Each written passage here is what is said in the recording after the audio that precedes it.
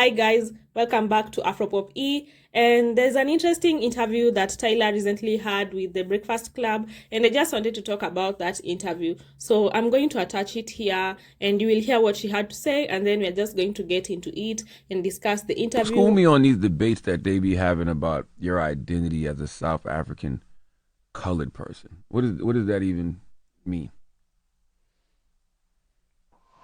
Can we, yeah, can we not, por favor? Oh, I like that. We keeping that in the interview too. Shut up, man. I like when they talk from the back and say we can't. I like that. So in this interview, Tyla is being interviewed by Charlemagne, and I don't know if his name is Charlemagne or Charlemagne, so I'll say Charlemagne. I think it's Charlemagne. So Charlemagne asks her about her identity, and instead of responding, she looks back quietly, and it's clear that she does not want to respond. And then he asks the question again, and instead of responding, she looks back again. So this was quite interesting. It caused so many people to comment online, and people are wondering why is she not responding. And I think it's interesting. First of all, do you think it was wrong of her not to respond? If you've been following Tyla, you know that she's mixed. She's mixed with Indian, white, and Zulu from South Africa. And in South Africa, mixed race people are referred to as coloreds. And she went to America, and people asked her, what are you like? What is your race? And she said she's colored. So this caused so much uproar because during in the past, due to racism, colored people were treated better than black people. So being referred to as colored, it's viewed as a way to separate, and not to separate for good, but to separate for bad reasons. So Tyla is very touchy about the subject, and she came out and said, yo guys, I never denied my blackness. I don't know where that came from. I'm mixed with black, Zulu, Irish, Mauritian, Indian, and colored. In South Africa, I would be classified as a colored woman, and other places I would be classified as a black woman. Race is classified differently in different parts of the world. I don't expect to be identified as colored outside of South Africa by anyone not comfortable doing so, because I understand the weight of that word outside of South Africa. But to close this conversation, I'm both colored in South Africa and a black woman. Wait, I should keep saying women. As a woman for the culture, it's and not it's and not or. With that being said, Asambe. Okay. So she's basically telling people that it's black or colored and not black. Oh, it's black and colored, not black or colored. So she's saying she could be both and not just one. What do you think about this? I think this is very tricky because as outsiders we might think we have a right to have thoughts about this, but until you see it, for example, in the interview, I could tell as much as she was acting in a way that shows she's well trained, PR trained, media trained, at a personal level, I think this is the kind of thing that can be frustrating for an artist because she understands that it has the potential to compromise how big she becomes because she wants to be a global artist. So to us, it might seem like a very small topic, something to debate about, something to vlog about, something to make videos about, but it's someone's life. And seeing her in that chair, having to think about whether she's going to answer the question of who are you, what are you, and having to think, it made me feel a bit bad for her, and it gave me a different perspective of this entire issue. Of course, I was one of those people who was like, she said she's colored, so she's colored. Why are Black Americans still complaining? But from Tyla's perspective, you can see she's not just insisting on being colored. She's taking into account why some people might have a problem with her being referred to as colored. So I'll take that from her and take it into perspective why Black Americans may have a problem with her referring to herself as colored.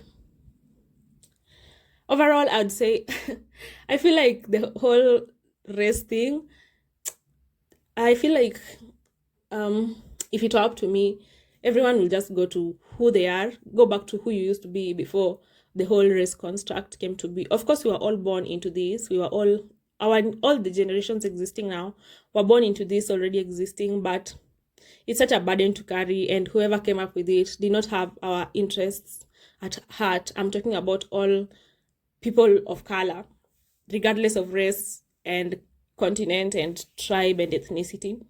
So if it were up to me, the simplest way will be to go back to what you used to refer to yourself as. If people used to refer to themselves based on tribe, if people used to refer to themselves, I'm sure there was a system before race came to be. So if it were up to me, that's what people would do. So what do you guys think? Do you think Tyla was right to take the approach she took? I was a bit confused because in the video, in the interview, she gave the message that she doesn't want to talk about this anymore, only for her to come out and address it on her Instagram stories. So what is it? Do you want to talk about this? Do you not want to talk about it? Do you want to talk about it when the power is in your hand, when you're the one who wants to talk about it? Ooh, I don't get the point, but I can tell that she feels like there's so much distraction from her art and she wants everything to go back to the music, because shortly after she posted that, she also posted how now let's get back to the music. So I can imagine for a singer, when everyone is concerned about everything else about you telling Kaisena to be friends, though, you not being black, you being white, and they're not talking about the music, I guess it gets frustrating because it takes a lot of work to make the music. So imagine doing so much work for something and just for people to like, all right, can you talk about the other thing? Can you talk about the way you told this guy we're friends though? Can you talk about your race? Things you've not even worked on. So I understand the frustration. Yeah. All in all, I wish Tyla the best in navigating her race issue and the global music scene. I'm looking forward to seeing how it will be for her in future. She's clearly intriguing. People like listening to her. People love her accent. Yeah, but I would be lying if I said I wouldn't have preferred if an African, a full African, was in the position Tyla is right now. I can't help but think that part of the reason why she's blowing it so big is because she's considered more acceptable by white people, and they have such a huge hold on the music industry. And I just don't understand why it has to be like that. Why does it have to be that someone has to be acceptable to you for you to acknowledge their talent? I think if Tyla were just a black South African, she wouldn't be as big as she is right now. And this is not to say she's not talented, but her color and her racial ambiguity, it has given her access to rooms that it wouldn't have given her if she didn't have that racial ambiguity. And I think that also helps me understand why some people just dislike her. Some people don't even have a reason for disliking her.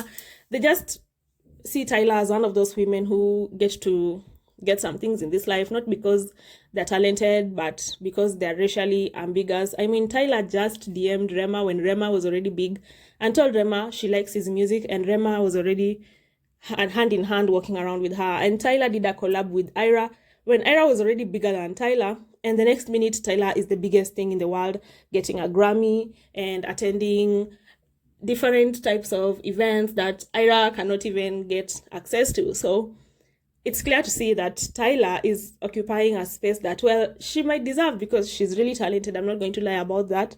But she's not the only talented African. And it's a bit sad that of all the African girls, I mean, it's Africa, of all the African girls, the one who is mixed race is the one who gets to carry the flag and go around saying she's representing Africa. This is not the representation of the average African. So sometimes I understand the hate.